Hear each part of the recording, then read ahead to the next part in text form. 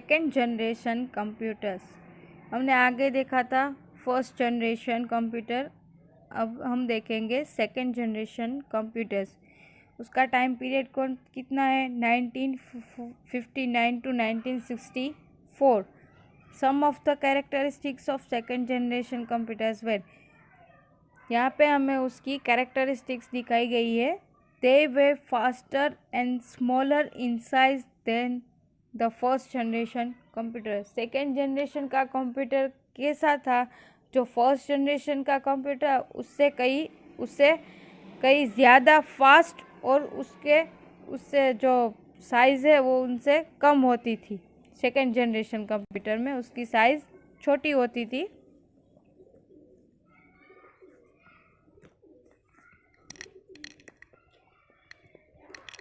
Next one is they were more reliable than the first generation computer। यहाँ पे जो हमारी विश्वसनीयता होती है, जो उसका रिलायबल होता है, वो फर्स्ट जनरेशन से उसमें ज़्यादा था। they had many components, printers, memory, disk storage, operating system, etc. which are the associated with the modern day computers। हम जो मॉडर्न कंप्यूटर हम यूज़ करते हैं, यानी कि हम अभी जो कंप्यूटर यूज़ करते हैं वो मॉडर्न कंप्यूटर है। वो कंप्यूटर है उसमें हम printer, memory, disk storage, operating system वो सब हम यूज़ कर सकते थे। इसमें भी हम यूज़ कर सकते हैं। Transistor were used as their main components which replace the vacuum tube used for the first generation computer.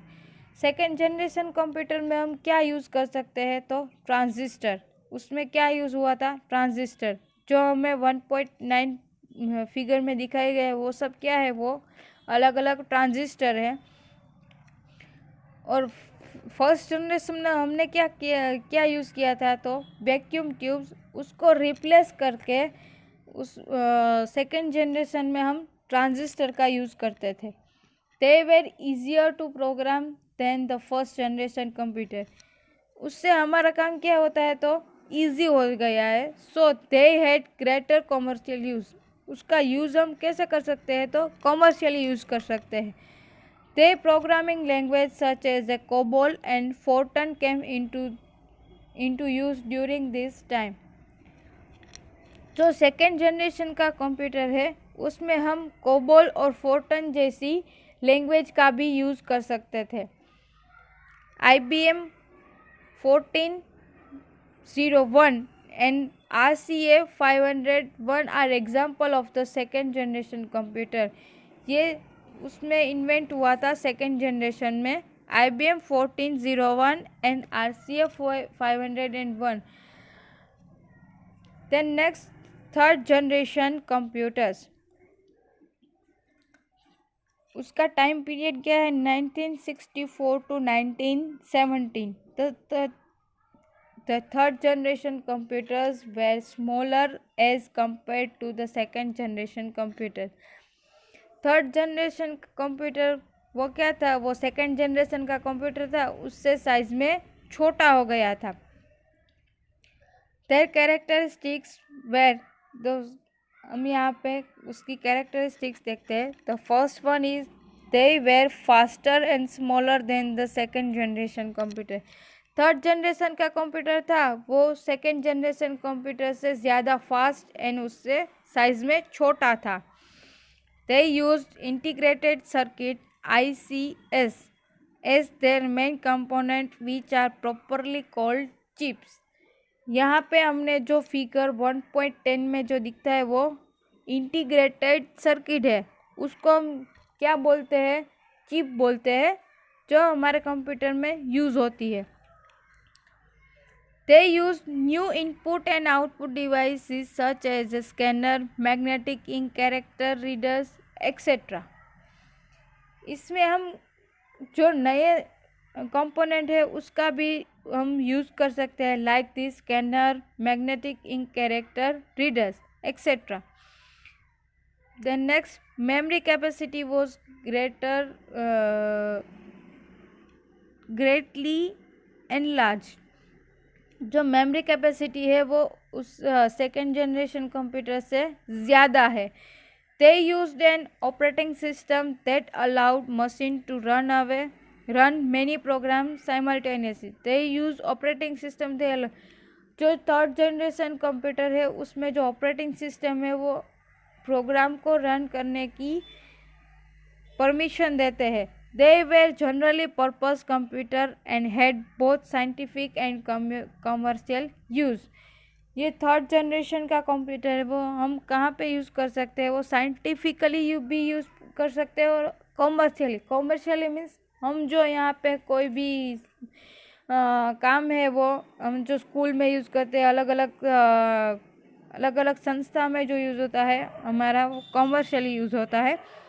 This computer use as a keyboard to input data and monitor to display the output. यहाँ पे जो computer है वो उसमें हम क्या कर सकते हैं, तो कीबोर्ड से हम डेटा इनपुट कर सकते हैं और हमें जो वो आउटपुट मिलता है वो हम कहाँ पे देख सकते हैं, तो मॉनिटर पे जो डिस्प्ले होता है वो हमें मॉनिटर पे होता है जो सारा आउटपुट है वो। The IBM 360 and 370 series are example of the third generation computer. यहाँ पे IBM 360 सीरीज़ और 370 सीरीज़ है उसका हम यूज़ कर सकते हैं, वो उसका एग्जाम्पल है। The fourth generation computers 97 to 1971 to present. 1971 से प्रेजेंट हम यहाँ पे जो यूज़ कर सके अभी यूज़ कर सकते हैं वो हमें वो कंप्यूटर वो फोर्थ जनरेशन कंप्यूटर है।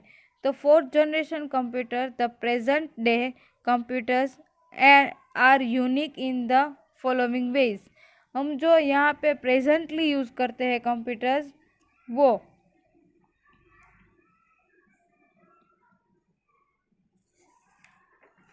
they use microprocessors, a type of very large scale integrated circuits which contain all the components of the CPU on a single chip. They use fourth generation computer में हम क्या use करते हैं, तो micro processor. A type of very large scale integrated circuit, उसमें क्या use होता था, वेरी लार्ज स्केल, उसमें ज़्यादा से ज़्यादा इंटीग्रेटेड सर्किट IC, हमने जो आगे थर्ड जनरेशन में देखा था चिप, जो इसको हम कहते हैं इंटीग्रेटेड सर्किट, उसमें एक ही चिप यूज़ होता था। यहाँ पे हम एक से ज़्यादा very large scale integrated circuit which contain all the components of the CPU on a single chip। जो VLSIC है वो हम कंप्यूटर में CPU में सिंगल चिप में देख सकते हैं। The VLSIC has performed the bulk of processing and control all parts of the system। जो प्रोसेसिंग है वो सारी प्रोसेस है और प्रोसेस भी करता है और जो कंट्रोल ऑल जो कंप्यूटर का अलग अलग पार्ट्स होता है उसको भी कंट्रोल करता है। The use of microprocessor has result in the decrease size and increase the efficiency। Fourth generation computer क्या है, तो उसमें क्या होता है, तो माइक्रो प्रोसेसर का यूज़ होता है। तो माइक्रो प्रोसेसर से क्या होता है, तो उसकी साइज़ है वो हम कम कर सकते हैं और उसकी इफ़िशियंसी है जो हमें कार्य करने की क्षमता है वो हम ज़्यादा से ज़्यादा काम कर सकते हैं। Increase the efficiency। They have much greater computing power and storage capacity than the earlier generation computer। उसका कंप्यूटिंग पावर है, उसका स्टोरेज कैपेसिटी है वो जो हमने फर्स्ट जनरेशन, सेकंड जनरेशन और थर्ड जनरेशन में देखा था उससे कई ज़्यादा है। They use improved storage devices that are cheaper than the earlier ones। तो स्टोरेज डिवाइस है वो क्या है, उसमें छोटा छोटा यूज़ होता है लेकिन उसमें ज़्यादा स्टोरेज हम कर सकते हैं। जो अर्लियर वन से जो हमने 1 to 3rd जनरेशन में देखा है उससे स्टोरेज डिवाइस है वो हम छोटे और कैपेसिटी उसकी ज़्यादा है। They can be link together to share storage capacity, space, data etcetera. 4th generation computer है, उसमें हम ज़्यादा से ज़्यादा एक दूसरे कंप्यूटर को हम लिंक कर सकते हैं। उसका स्टोरेज कैपेसिटी, स्पेस, डेटा हम सब कुछ उसमें देख सकते हैं। IBM PC एंड एप्पल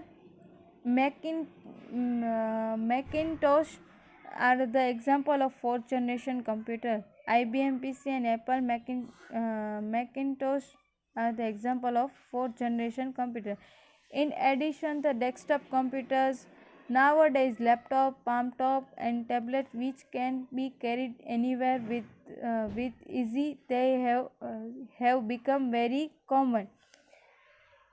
और 4th जनरेशन में और भी क्या है, IBM PC के अलावा हम लोग जो डेस्कटॉप कंप्यूटर है, जो कंप्यूटर है सिंपल कंप्यूटर हम लोग अभी यूज़ कर रहे हैं। और नाउअडेज हम लैपटॉप करते हैं, पाम टॉप करते हैं, टैबलेट को यूज़ करते हैं, वो सब क्या है, वो 4th जनरेशन कंप्यूटर का भी एग्जाम्पल है। In the various stage of the evolution of computers so far, the focus has been on reducing the size and improving the efficiency. उसका मेन फोकस कहाँ पे है 4th जनरेशन का, तो reducing the size, उसका size छोटा करना और इफ़िशियंसी इम्प्रूव करना। This has result in the smaller yet faster computer. उसका रिजल्ट क्या है, वो स्मॉल और faster. However, these computers do not yet have the ability to think. Next, 5th